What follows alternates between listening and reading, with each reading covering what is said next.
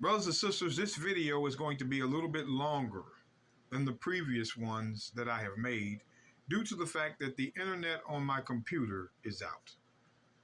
But I'm going to teach anyway because that is our job as prophets. 2 Chronicles 20:7. Are not thou our God, who didst drive out the inhabitants of this land before thy people Israel, and gavest it to the seed of Abraham, thy friend forever? You know, brothers and sisters, here we see that Abraham and his seed were the friend of God. All nations were never God's friend, ever. The Sunday Christian cannot prove it. And it's about what you can prove, not about what you say, because the Christians are about emotion and ignoring chapter and verse. And they're not going to get a reward for that. But I want you to pay attention. Again, Psalms 90:2. Now, I'm reading these precepts for a reason, because when we get to the New Testament, it's going to make sense. Psalms 90:2. Before the mountains were brought forth, or ever thou hadst formed the earth and the world, even from everlasting to everlasting, thou art God. What I want you to notice is, brothers and sisters, the earth and the world. And, which means a world can exist in the earth. Now, the Christians want you to think that the earth and the world are the same. That's only 10% of the time. 90% of the time, the world is talking about Israel. And as always, we're going to prove it. But I want you to go to Isaiah 41, verse 8 with me. Isaiah 41:8. But thou, Israel, art my servant, Jacob, whom I have chosen, the seed of Abraham, my friend. Again, the seed of Abraham is God's friend. All nations were never, ever the friend of God. As a matter of fact, if we go to Isaiah 40:15, it says, Behold, the nations are as a drop of a bucket, and are counted as the small dust of the balance. Behold, he taketh up the isles as a very little thing. All nations didn't mean, the nations did not mean what Israel meant to God. They were his friend. Now, I want to take you to a Bible dictionary and look this up. Reconcile, to make friends again. Now, we've already read that Israel was his friend, not all nations. So to be reconciled to God is to make friends again. Remember this. Now, I want to go to Isaiah 45, verse 17. Let me turn the page. But Israel shall be saved in the Lord with an everlasting salvation. You shall not be ashamed nor confounded, world without end. So Israel is his world. Israel is God's world. Now, Christians don't want to accept that, but this is chapter and verse. Again, back to Psalms 90, verse 2. Before the mountains were brought forth, or ever thou hadst formed the earth and the world. So the world of Israel exists in the earth. I'm reading this for a reason. Well, let's get back to reconcile. I want to turn to Romans chapter 5, verse 10. For if when we were enemies, we were reconciled to God by the death of his son. Wait a minute. When we were enemies, we were reconciled. Wait a minute. Let's look at this word reconcile once again. Make friends again. This letting you know, brothers and sisters, you have to pay attention. Who is Paul really writing to? Let's go back to the book of Acts. Let's turn the page. Let's go to the book of Acts, chapter 18, verse 1. After these things, Paul departed from Athens and came to Corinth, and found a certain Jew. Stop. So there were Jews in Corinth, named Aquila, born in Pontus, lately come from Italy, with his wife Priscilla, because that Claudius had commanded all Jews to depart from Rome. So the Jews are in Rome, and came unto them. So the Jews are in Corinth, the Jews are in Rome. Wait a minute. Acts 18:19. And he came to Ephesus and left them there. But he himself entered into a synagogue and reasoned with the Jews. So the Jews are in Ephesus. Verse 23. And after he had spent some time there, he departed and went over all the country of Galatia and Phrygia, in order strengthening the disciples. So the Jews are in Galatia. So when we get to the letter of Romans, who is Paul really writing to? Let's go back to Romans chapter 5.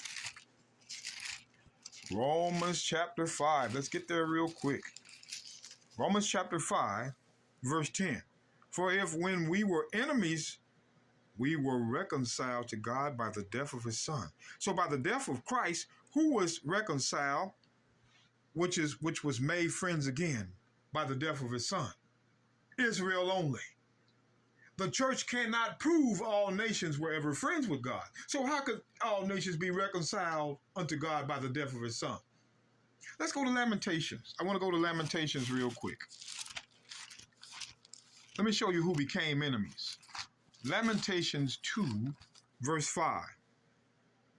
The Lord was an enemy. He has swallowed up Israel. He has swallowed up all her palaces. He has destroyed his strongholds and hath increased in the daughter of Judah mourning and lamentations. Why did we become enemies with God as Israel? Because we broke his laws. All nations did not become the enemy of God by breaking the law. Only Israel. That's why, again, when we go back to Romans 5. Romans chapter 5, verse 10. For if we were enemies, we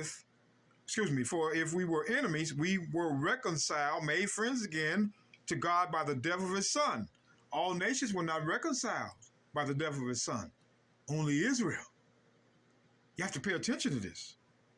Pay close attention to this.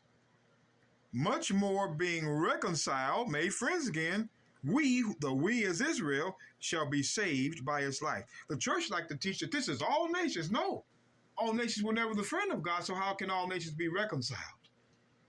Gotta think. Let's move it along. 2 Corinthians chapter 5, verse 18. And all things are of God, who hath reconciled us. Who is the us? Remember, there are Jews in Corinth. Acts 18, verse 1 and 2. You got to understand the book of Acts to understand his letters.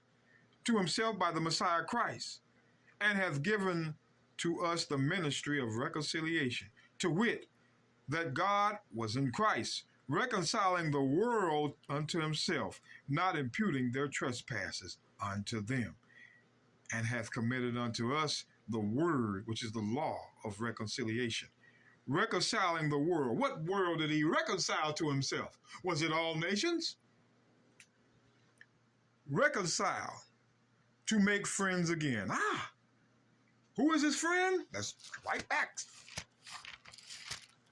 The Christians can do nothing about this. Nothing. Isaiah 41, verse 8. But thou, Israel, art my servant, Jacob, whom I have chosen, the seed of Israel, my friend.